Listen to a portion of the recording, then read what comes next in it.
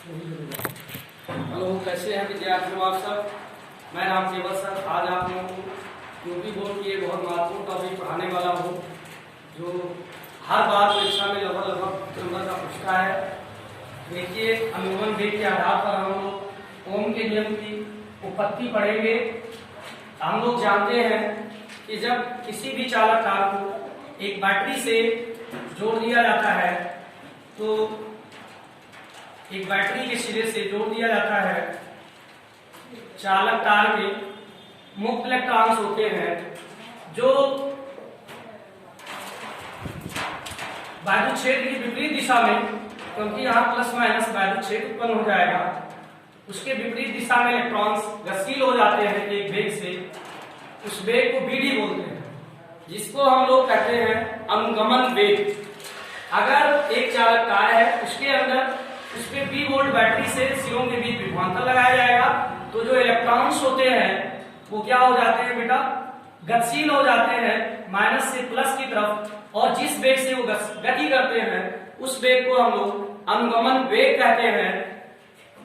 किसी भी चालक तार के अंतर्गत इलेक्ट्रॉन्स होते हैं, इलेक्ट्रॉन्स किसी भी चालक तार के अंतर्गत इलेक्ट्रॉन्स होते हैं अंदर जो मुक्त अवस्था में होते हैं, और वो इलेक्ट्रॉन्स नाभिकों से टकराते रहते हैं और आपस में इलेक्ट्रॉन के बीच प्रतिकर्षण बल, नाभिक के बीच प्रतिकर्षण बल, वो टकराते रहते हैं और वो गति करते हैं। इलेक्ट्रॉन्स गति करते हैं, मतलब एक इलेक्ट्रॉन ये ढकेलेगा, ये इलेक्ट्रॉन यहाँ आएगा, इस इलेक्ट्रॉन को एक अगला इलेक्ट्रॉन ढकेल देगा, यहाँ जाएगा, फिर इस इलेक्ट्रॉन को यहाँ पर उपस्थित इलेक्ट्रॉन ढकेल देगा, यहाँ जाएगा, फिर ये इलेक्ट्रॉन यहाँ पहुंचा तो कोई दूसरा इलेक्ट्रॉन इसके पास वाला धक्का देगा, ये इलेक्ट्रॉन भी इधर चला जाएगा।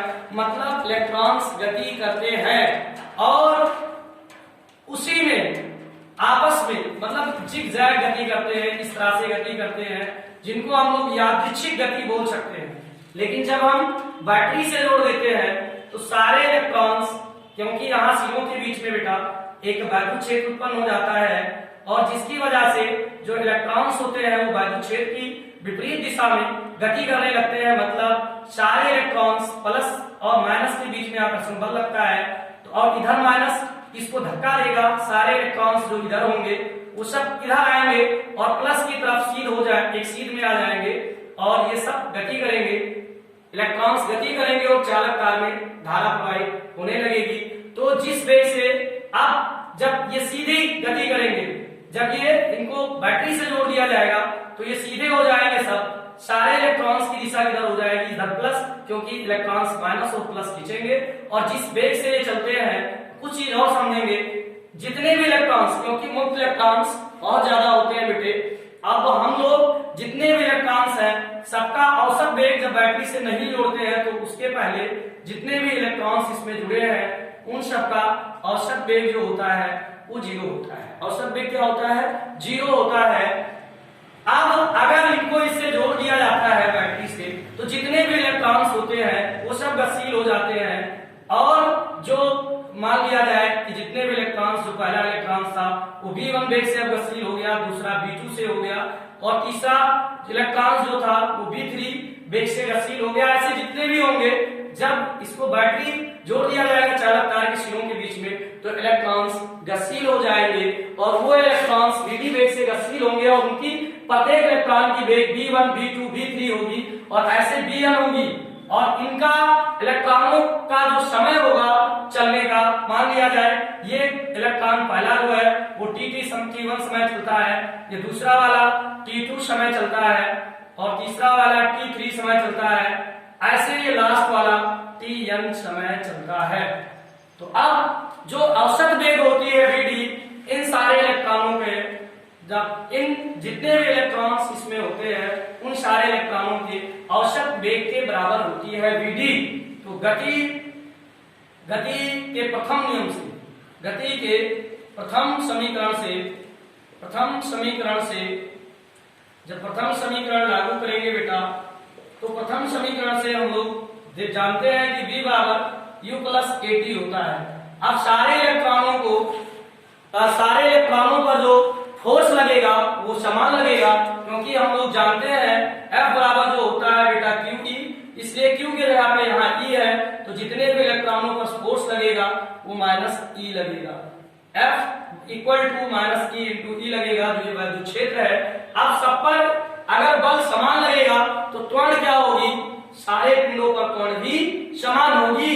और त्वरण मान लिया जाए कि सारे इलेक्ट्रॉनों का जो इस पर भी त्वरण ये लगे, ये भी त्वरण ये लगे, इनके बीच में भी त्वरण ये लगे, इनके बीच में भी त्वरण ये लगे, ऐसे इनके बीच में भी त्वरण ये लगे, तो जो अनुगमन वेग होती है वो सारे इलेक्ट्रॉनों का औसत वेग होता है। यूं कहा जाए जो बीडी होती है बेटा, वो बीडी इक्वल टू होगा v1 plus v2 plus v3 plus dot dot हम लोग bn तक जाएंगे अपान जितने भी इलेक्ट्रॉन से उनसे भाग कर देते हैं तो हमारा औसत वेग निकल आएगा।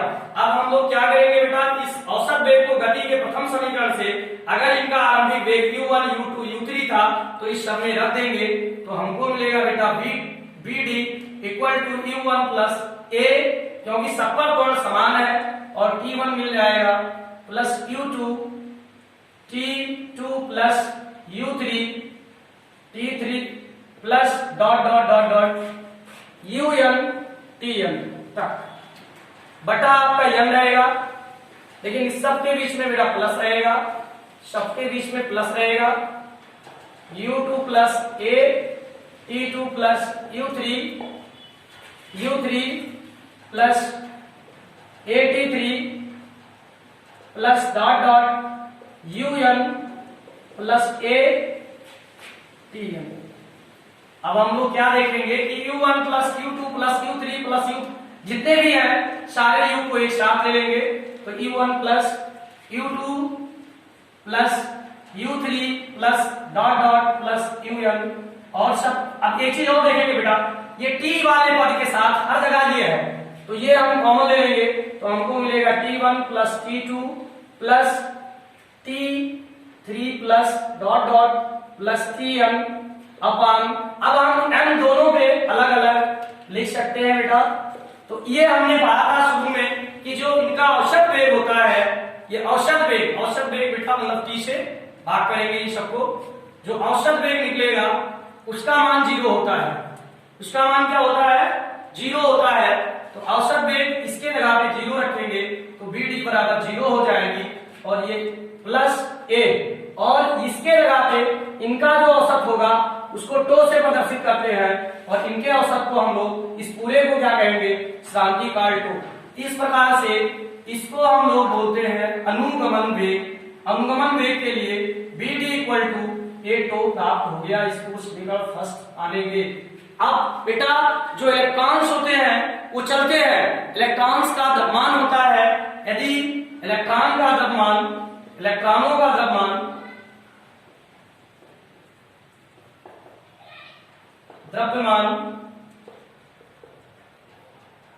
m हो,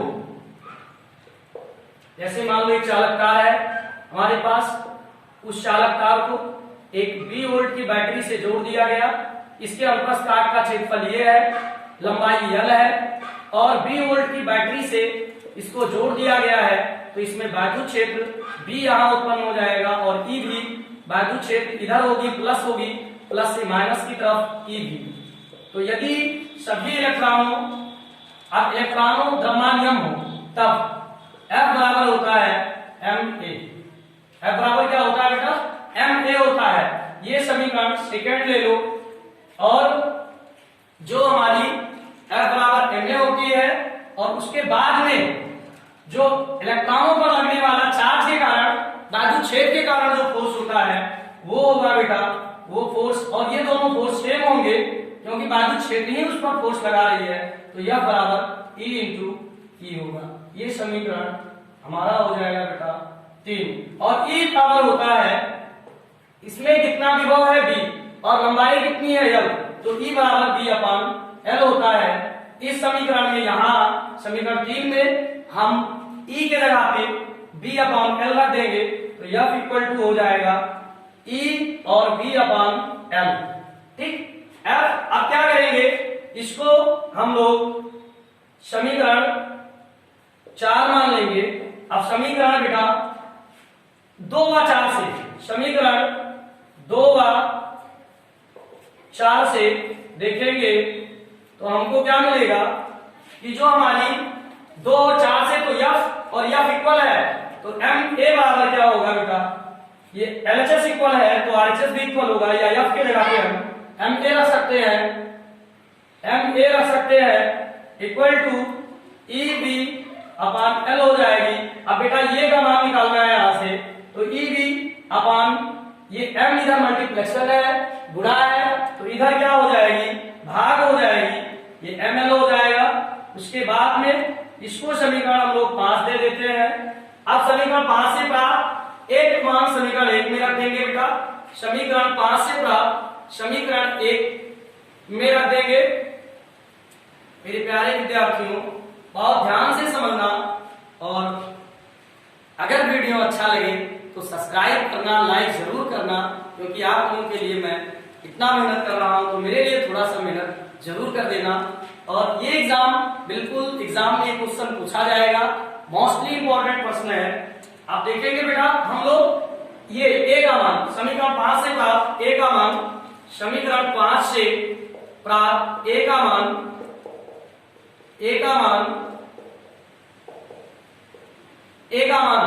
समीकरण 1 में रखने पर, समीकरण 1 में रखने पर अगर 1 में रखेंगे बेटा, तो हम ए के जगह पे यहाँ क्या रखेंगे, ये रख देंगे EB बटा ML, तो हमारी VD इक्वल टू हो जाएगी EB बटा ML।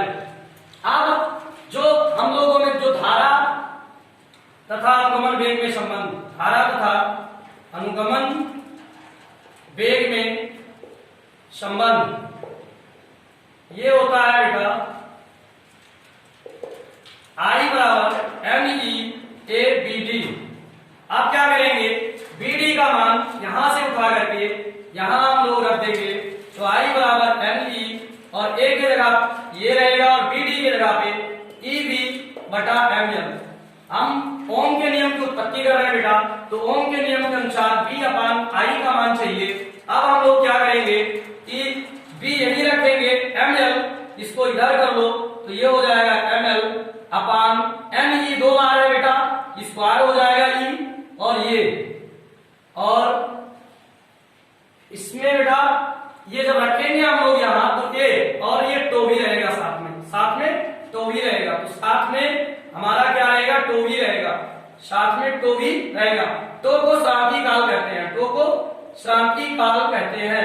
श्रांति काल जब धनायनों से इलेक्ट्रॉन्स टकराते रहते हैं, तो दो कर्मागत टक्करों के बीच में जो समयांतराल होता है उसको बेटा हम लोग श्रांति काल कहते हैं। अब देखिए आपका ये टो भी है इधर मल्टीप्लेक्शन में, तो टो भी इधर भाग हो जाएगा, टो भी भाग हो जाएगा, बराबर इधर बचा क्या बेटा, जो चीज ऊपर गुणा है वो नीचे भाग हो गया, जो भाग है वो गुणा हो गया। अब हमारा बचा क्या, हमारा इधर केवल B बच गया।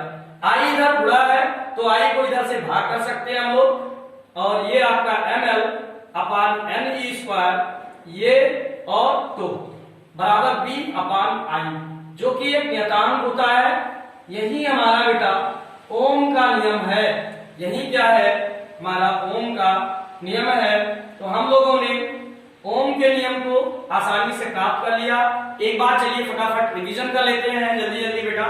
जैसे ये हम लोग VD प्राप्त किए, तो VD बराबर हो गया कि अगर ओम का नियम पूछता है केवल यहां से आप स्टार्ट कर देंगे तो भी आपका क्वेश्चन सही है। मान लेते हैं कि हमारे पास एक चालक तार है जिसकी लंबाई L है बेटा, और क्या किया गया, जिसके अनुप्रस्थ काट का क्षेत्रफल समतल सिरे का क्षेत्रफल क्या है, ये है, और इसको B बैटरी वोल्टेज की बैटरी से जोड़ दिया गया। तो इसके अंदर जो इलेक्ट्रॉन्स है वो गतिशील हो जाएंगे BD वेग से वैद्युत क्षेत्र के विपरीत दिशा में, ठीक। तो अब क्या होगा कि इलेक्ट्रॉनों पर एक फोर्स लगेगा वैद्युत क्षेत्र होने की वजह से, वो फोर्स F बराबर ma भी होता है और F बराबर E इंटू U होता है, क्योंकि हम लोग पढ़ चुके हैं F बराबर बेटा QE। तो Q यहाँ जो है वो इलेक्ट्रॉन्स है, इसलिए E रखा गया है।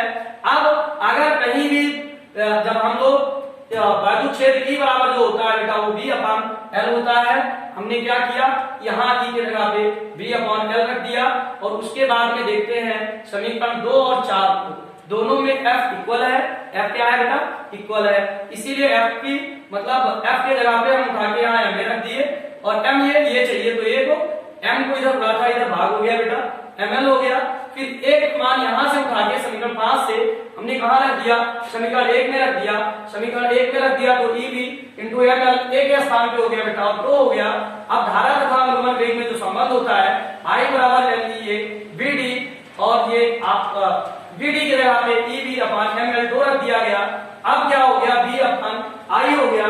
यही बेटा ओम का नियम है, इसके बराबर हम R भी लिख सकते हैं। अब हम लोग एक चीज इसमें बहुत इंपॉर्टेंट पॉइंट है जिसको समझना है, समझ लेंगे।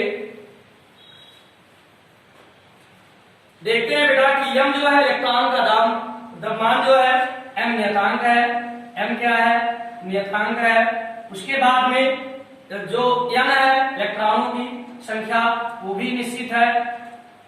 उसके बाद में अब क्या है, चालकता में E है, आवेश की भी नियतांक है। तो हमारी प्रतिरोध किस पर डिपेंड करेगी, तो है वो भी नियतांक है। तो हमारी प्रतिरोध जो है वो डिपेंड करेगी बेटा तार चालक तार की लंबाई और क्षेत्रफल पर। तो R प्रोपोर्शनल हम लोग L अपान A भी लिख सकते हैं। और इसके आगे जब बढ़ेंगे तो नियतांक को हटाएंगे, एक आ जाएगा रो, इसको बोलते हैं L अपान A। इसको हम लोग बोलते हैं बेटा प्रतिरोधकता। प्रतिरोधकता ये किसी भी धातु के लिए लंबाई कुछ भी हो और तार का क्षेत्रफल कुछ भी हो, हर धातु के लिए ये सेम होती है। तो बेटा मेरा वीडियो कैसा लगा, और आप लोगों से रिक्वेस्ट है कि जरूर सब्सक्राइब और लाइक जरूर करें और ज्यादा से ज्यादा वीडियो को शेयर करें, ताकि आपके मित्रों को भी ये वीडियो पहुंच सके और वो भी इसका लाभ उठा सके। और